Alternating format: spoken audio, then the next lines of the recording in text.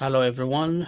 Thank you again for tuning in to KuirthiyTV. I'm talking to people you're all familiar with, Mr. Awolich and Dr. Jok Madut. And today we're going to talk about the recent firing of Dr. Benjamin Bol Mel. So I want to begin first by thanking you for coming back to KuirthiyTV. Well, thank you very much for having us, Thank and you. Good to do we it. appreciate you for making this platform available. All right.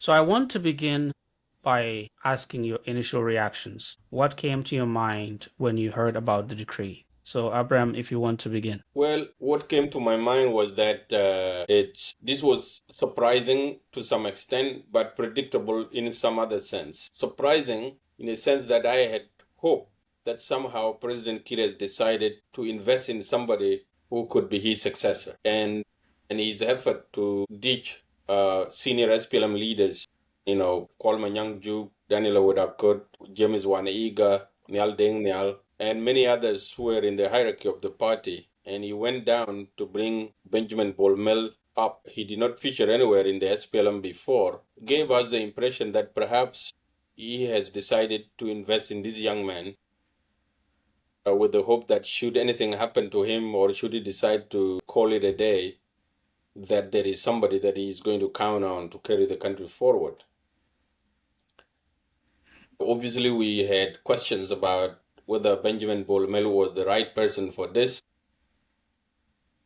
but we also then said that any South Sudanese citizen deserves an opportunity to lead the country, and there is no specific person designed or designated for this. And so, if the president wanted to go in that direction, we supported it, and I had actually called for a shorter transition, that the president should indicate that he is stepping aside and open up the country for dialogue and consolidate that transition. But at the same time, knowing his way of doing business, we also felt that this young man could become a victim very soon in a long list of people that have become President Kiir's victims.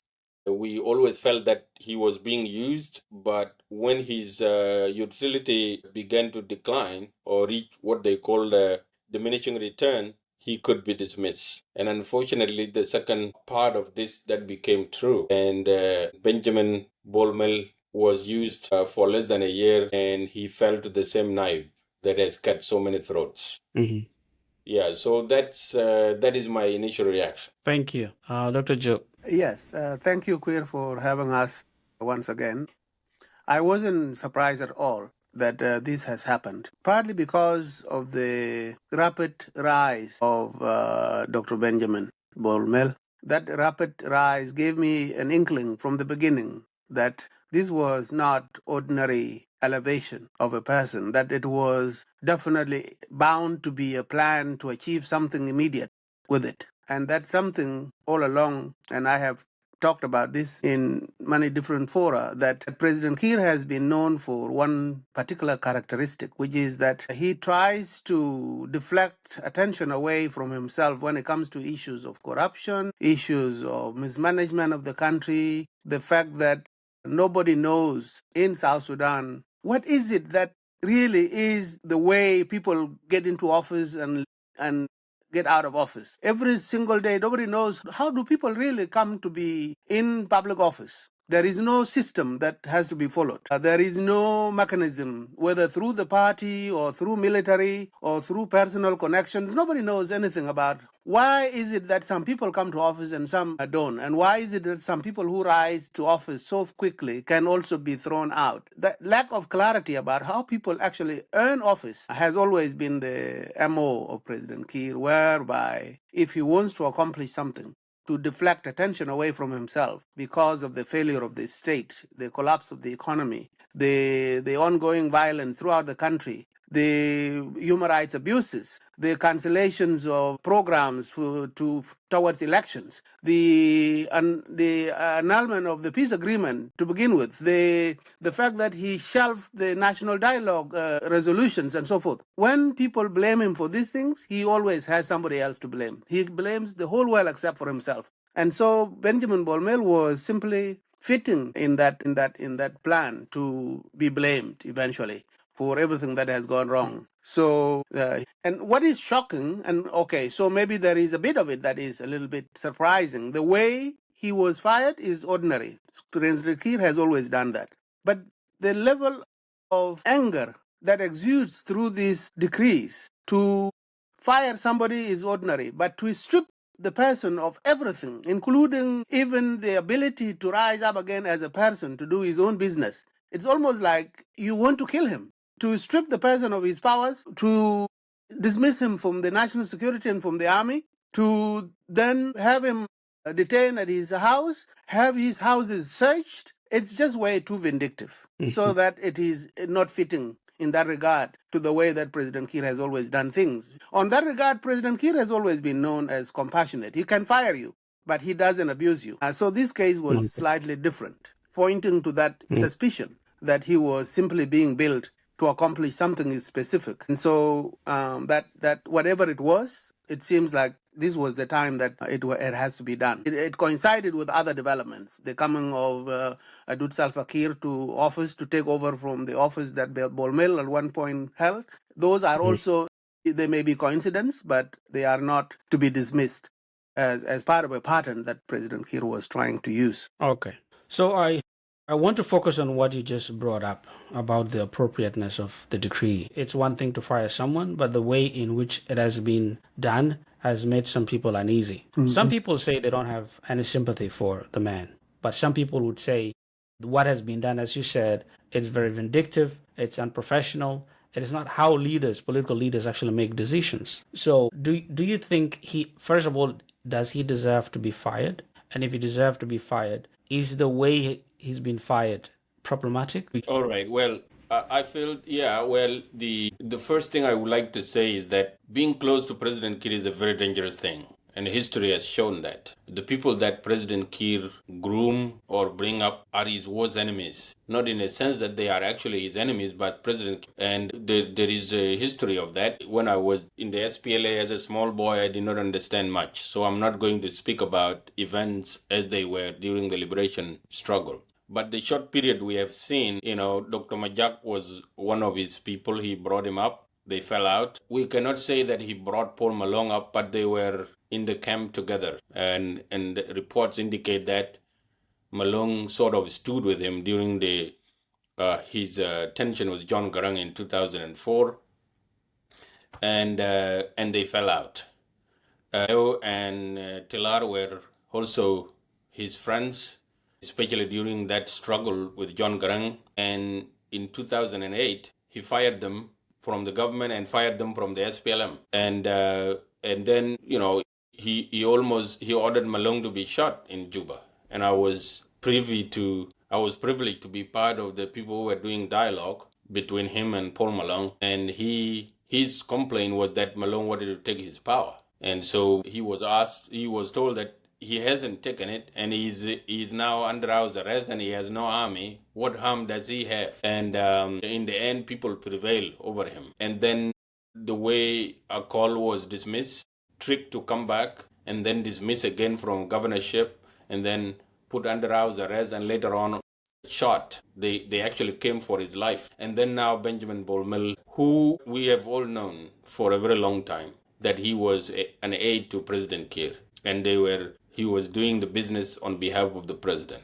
This is where he got his power and influence, and confirming that he did bring him up into the party and later on as the vice president, and gave him extraordinary powers. But then, less than a year later, he is the bitter enemy of the president. By the way, the kid has done nothing really to to provoke this situation. He just played his game. He just appeared to be a vice president. That's all. And he seemed to, and a powerful vice president because he has the years of the president.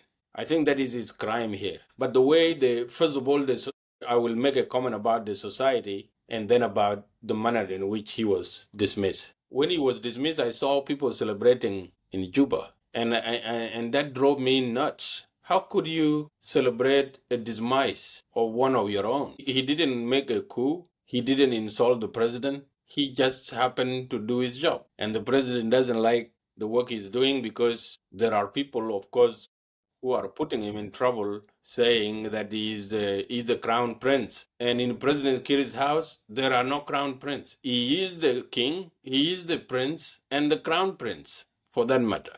He doesn't want to hear any of that. This is the crime that this boy has committed, and people celebrate it as if the narrative out there is that Bol Mel has been the one that has destroyed the country for all these years. The country is 20 years old, and well, I'm talking about it since 2005, but the guy was in power for only 9 months. So how do you destroy a country in retrospect when you did not have power at that time? I think that goes to show that we are demonstrating or we are exhibiting the attitude of the oppressed. Oppressed people always, they blame the victim and praise the oppressor. Okay. And this is what has happened. And President Kiir did not need to do that. He did not need to dismiss Bol Mel. First of all, practically as a matter of law, being dismissed in the army is a different process. It is not a presidential decree. First of all, you have to have a chargeable offense in the army that you have committed this type of crime according to the doctrine of the military. And you have to face the court martial. And then the court martial decides the nature of punishment that you should have. Okay. If it includes you being demoted, then that's what happened. But for the president to make this decision in that manner, he has actually broken the law and he has actually abused his powers. He is not allowed to do that. Yes, he's the commander in chief, but it is not his duty to determine the level of crime people have committed in the army and to dismiss people outright. He should allow the process. His job is terminal. He will then make a terminal decision about the status of the person. This has not happened. And so his dismissal from the army and national security, it should have just been, in my view, if they fear him, they should have assigned him into a reserve or retire him. We'll just say he has been retired from the army. And he maintains his ranks. Whether he got them rightly or wrongly, he was considered. President Kiir himself promoted him and put those stars on him. I want to bring in Dr. Jok, and Okay, then go ahead. we'll go into the details Sure, of what you're saying, sure, because this is really sure. very interesting. Yeah. Okay. What do you think? Was it Okay. appropriate? So, yeah, well, as far as the structure of power goes in South Sudan, it is the prerogative of the president. It has come to be the right of the president to fire people from his executive. It has been the practice that he fires people from the party and from the army. So I would not venture to say that it was not right to fire Benjamin Bol Mel. My issue is, what was he fired for and the manner in which he was fired. What was he fired for then? And why were people celebrating his demise? On the president's side, rumors were cooked that he is after his seat. And that is one thing that President Kiir doesn't tolerate. Even just talking about it, even just mentioning or asking him what he's thinking about succession. He fires back and says, succession, and I go where? So he doesn't like the idea of that somebody is eyeing or rumored to be interested in his seat. That is the reason he was fired on his side. On the side of the public who responded with euphoria, I think it is indicative of the fact that we, as South Sudanese and our cultures, are the reason why we have dictators and oppressors leading us, because we view power from the point of view of individual interest, not from the point of view of that power being able to serve all of us equitably and to follow the law and to manage the resources. That is not how we view power. We view power in terms of what we get from it individually or communally. And that is the basis for that celebration. The question then is, why do they think that the demise of Benjamin Bol Mel is going to make a difference in their lives? Why is it that Benjamin Bol Mel is accused of corruption and destroying the country? People always reference the Barghazal Highway. They will reference the issue of salaries. They will talk about payment of UPDF. They will talk about how lavish he lives. This is the chatter on the streets of Juba. As Awolich said, that level of corruption, misuse of resources, was there for a good 19 years before Bolmel came to power. And I can assure you it will be there since the day Bolmel left office. And it's still there and will continue. The people celebrating, are their lives going to be better now that Bol is gone? Of course not. So then The real question for us, all of us, somebody who cares about South Sudan, is whether President Kiir's decision to dismiss Bol Mel on charges of corruption or charges of plotting for power, is this going to be a new dawn for the country going forward? Are we going to do things differently now? Are we going to be earnestly going to be fighting corruption? Are we going to be paying salaries? Are we going to have accountability for the use of the country's resources, oil resources, revenue authority, generated income from taxes? Are we going to be more vigilant now? Is the parliament going to be involved in decision making? Is the judiciary a factor in the balance of powers? Is the country on the first step towards improvement? We are all going to be the judge. But if history is anything to go by, I don't think this decision is going to mean much in terms of the country becoming better, as a better place to live. I want to sort of complicate things a little bit. There are people who blame him. Let's say what happened in Nasser, what happened in Tonj, people being bombed. And these people celebrated because they feel they had personal experiences of some of his decisions. Now, can we say that these people are somehow justified in celebrating because there have been deaths that wrongly or rightly are being attributed to his decisions since he came into positions of power? Yeah, well, I really doubt that the decisions are his because first of all, in our constitution, the vice president has no role in the military in one shape or another. That is exclusively a power reserved to the president. And so the invitation of Ugandan troops into South Sudan, as well as the arrest of Dr. Riek Machar and his team, as well as the rampant bombardment of civilians, I don't think the military is taking orders from him.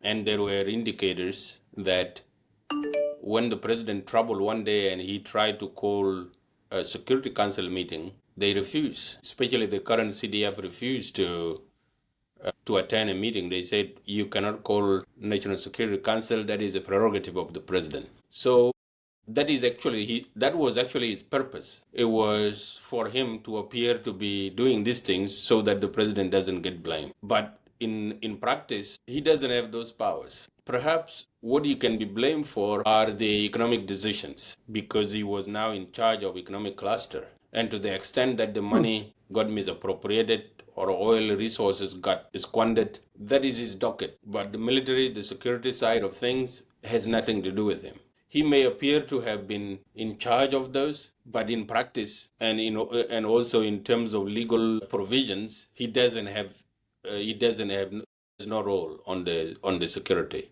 And so I think people can have a reason to celebrate, because even though he was not in power for a very long time, he was always in the corridors of power. And he has always been linked to corruption in some way. And everybody sort of knew that he was the one siphoning the money on behalf of the president. So we know his company, ABMC, has always won single award kind of contract without bidding. And he's been given roads constructions, and later on this company transformed to become what they call ABMC. And so it is a build-up frustration with his presence. And in fact, many people have gone as far as saying that he is the master and the leader of the so-called cartels. But I can assure you that he is not the leader of the cartels. The leader of the cartels is still in power, and the cartels are still there. And so he was one of the cartels, yes, but there are other cartels that are around. So people may be justified to say that at least we have one less cartel member in the corridors of power. Yeah, so there are reasons why people may be happy, but as a matter of principle, we should not celebrate the demise of political leaders, because when they do, they go down with the country as well. As they go down with the country. And you have a number of people. It is a building up very fast list of people who were, and they justifiably should be happy, who were very much victim of Benjamin Bol's rise to power. And that includes senior SPLM leaders, that include Nial Deng Nial and others. And they felt that they have wrestled back their power from the jaws of Benjamin Bol Mel, and now he can no longer be that successor that was projected. Perhaps that is what people are celebrating, that he is not their successor and they still have an opportunity to find a new successor. So Perhaps. they are true. They are true group of people, two groups of people. There are people who feel they've been offended, but there are people you just explain, the veteran members of the SPLM who are somehow celebrating mutely, I think. But there are people who are really, really offended, people who had their families killed. Now, when it comes to the issue of Bol Mel, he was one of the vice presidents. He wasn't the only one. But many people associated him with all the problems. No one is talking about other vice presidents. So why is this perception so intense? Why, when you just explained that he is not, by protocol, he doesn't have that power? Right. Professor, welcome back. And you can Thank you. respond to this question. Yeah, but I can say that I think the real issue was, yeah, so I think the real issue was the issue of secession. It got nothing to do with his actual role as as the vice president of economic cluster. I think because James Waniga held that position, and it was not a big deal. So the real issue is secession. So it was seen, and people had a right to perceive it that way. He was perceived to be the successor of President Kiir, and some people would not stomach that, the thought of him becoming the next president. I think that is the whole thing. It has nothing to do with his actual position as vice president of economic cluster, and it doesn't really have, it is not substantiated with actual decisions that he has made. For example, there is no clear evidence pointing to the fact that he was the one who decides to bomb Nasser, for example, or he was the one who decides that Dr. Yek Machar should be arrested, or after all, he is junior to Dr. Yek Machar in the hierarchy of the part of the government. So all these decisions, in my view, point to President Kiir, but then President Kiir made him the face of some of those decisions. And that is the trick, that is the magic of his power. He can cede some of his power, get exercised by somebody, still controlling all the shots behind the scene, but the blame, there is a buffer between him and the actual blame. So somebody has to take a bullet for him. And when the bombardment gets really heavy, he will then emerge and say, this person is the problem. For example, one of the weirdest narrative that has come out was that for the first time last Friday, the Council of Ministers met in a year. And they are now saying it was Benjamin Bol Mel who refused to have the Council of Ministers. First of all, he doesn't chair the Council of Ministers, okay? It is a total prerogative of the president. It is the president who is the chair. And he does that in a collaboration with the Minister of Cabinet Affairs. Benjamin Bol Mel has nothing to add or to say. The presidency has also not met. He is not the leader of the presidency. He is just one of them. So you can see how that narrative is extended. And now that he is out of the equation, they would have to find the next target. But I think the hype about Bol and his role has something to do with secession politics. It has nothing to do with actual decisions that Bol has made. Okay. Right. Dr. Joe? Yeah, I think Abraham is on point in saying that the plan has always been, President Kiir's plan has always been a search for the fall guy. And so Benjamin Bol Mel was definitely the guy to fall for the wrongs of the president, and for the public to see that all of the things that have gone wrong, the coming of UPDF, the bombing in Nasser, the lack of salaries, the issues to do with opacity of the expenditure of the oil proceeds, what has happened with the NRA money, all these things. They wanted somebody to be blamed, and Benjamin Molmel fit the bill. And in my reaction to this, I think other people, as a political culture in South Sudan, is that in order for one to rise and to meet with the acceptance from the president, you have to climb on somebody's shoulders. You have to trample somebody else in order for you to rise. And so a lot of people who made comments publicly, from Lewa Yang to Atanyuak to many others, who would go to social gatherings and make Bolmel the topic, even when it is irrelevant, have definitely stoked the interest of the president in eyeing Bol Mel as a potential fall guy. First of all, there is no way a vice president can jump over the president to invite a foreign military force. It's just not logical. If President Kiir had done this at this point, then he should be the one to be blamed for whatever the UPDF has done or will do. Because he was the commander in chief and he was bypassed by his duty to go and invite Ugandan army. It just doesn't make sense. And yet people are not interested in looking at the president, but focusing on the vice president because it's the soft power in the eyes of the people. Because if you blame Bolmel, you are simply relinquishing, you are simply saying to the president that he's right. You are not touching the president because you wish that if you blame Bolmel, president will see you and you will be in good books with the president. And I think that is the person who said that leaders' actions are a reflection of the culture of the people they lead is correct.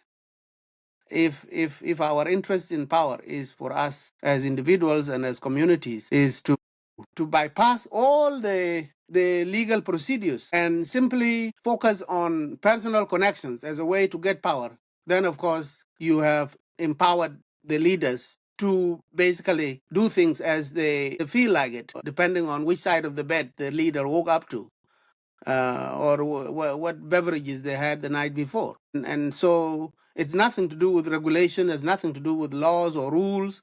It has to do with the personal power. And I think that is really the death of South Sudan, the fact that we have, as people, as parliamentarians, as members of the executive, as military generals, as civil society, we have relinquished our own powers and we have given them all to one person to do with those powers as he wished. So I want to go back before we go to the consequences of this decision in the SPLM.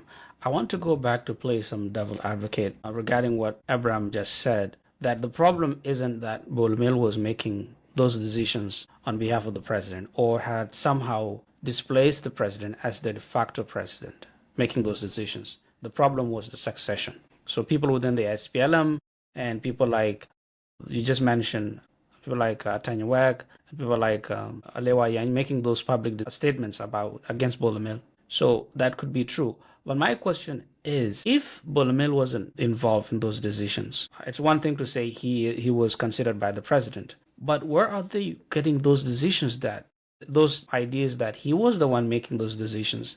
So it's one thing to say he is the heir apparent, but it's still not making the decisions. So where are they getting those ideas? Because someone like Alewa is not someone who is very far from the seat of power. He may have some inside information. Or can we say he's just bitter because they've been sidelined from the SPLM with the elevation of Bolamel? Where is this coming from? Because I somehow feel I'm not convinced that he wasn't playing any role for which he's being blamed.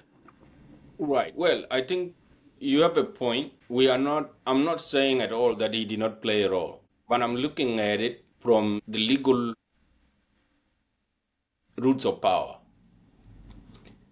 I know that in South Sudan, vice president really has no role when the president is in charge.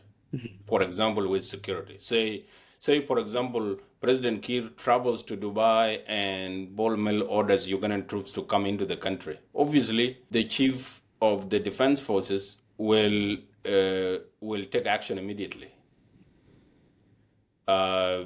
against the vice president because he doesn't have that power. And I have given you an example before that a Security Council meeting cannot be held when the president is not around. And such type of decisions can only be taken in a Security Council meeting where the chief of the army, the chief of national security, and the IGP of police, and then other powers such as the Ministry of Finance, Central Bank, other related powers that are considered integral part of national security, they meet and then a situation is analyzed and a decision is taken. Even if a decision is taken in the Security Council, that's not enough. The president then would have to give orders that now you go ahead with this operation. So the military cannot just get up with their helicopter and go and shoot people. That would be a violation of the law. The same thing with vice president. He cannot just make a phone call and say, Mr. CDF, I heard that there are people making noise in Tonj. Can you send helicopters now and shoot them?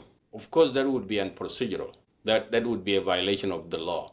And so even if Bol Mel could have financed those decisions, that is the only role he could have played. The president would give orders and the CDF may say, I don't have resources to do this work. They will say, go to Benjamin Bol Mel. That is where the influence of Bol comes in, is to provide resources to execute the orders. But in terms of the real decisions, Bol should be, if he was making those decisions without the president, then two things need to happen. One, the military need to be fired. Why are they taking orders from somebody who is not a commander-in-chief? That would be a mutiny, and it would be a violation of the constitution. Second, Bol Mel should be charged with treason, because it is a treasonous offense to make decisions that are only made by the president. For example, nobody can declare war in South Sudan. That power is only reserved for the president. And so I was arguing from the legal context that you have to have been given that power by the law in order to exercise it. And so based on that ground, I can see it impossible for Bol to wake up one day and say, let arrest Riek Machar. He might have, people could say that he is the only one that president is listening to now, so maybe he has influenced the president to make this decision. And that is a plausible thing to do. But still, the president is a decision maker in the end.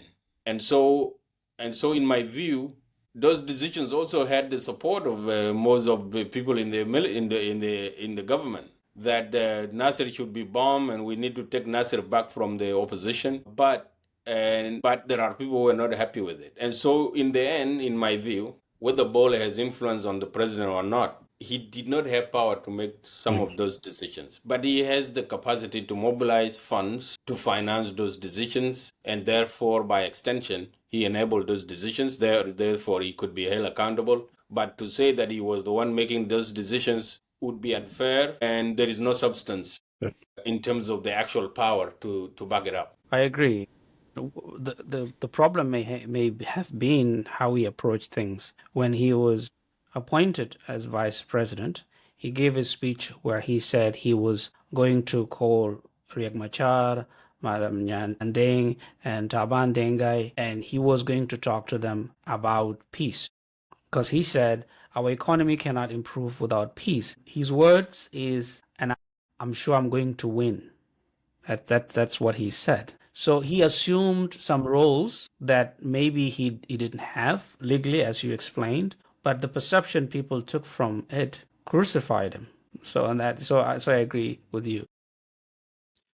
Thank you everyone for watching. This is part 1. We had some technical difficulties, so part 2 wasn't really recorded properly. One of the guests has some technical issues. So I'll work on part 2, which is really very vital. We address so many issues about SPLM, about leadership, about the nature of the state.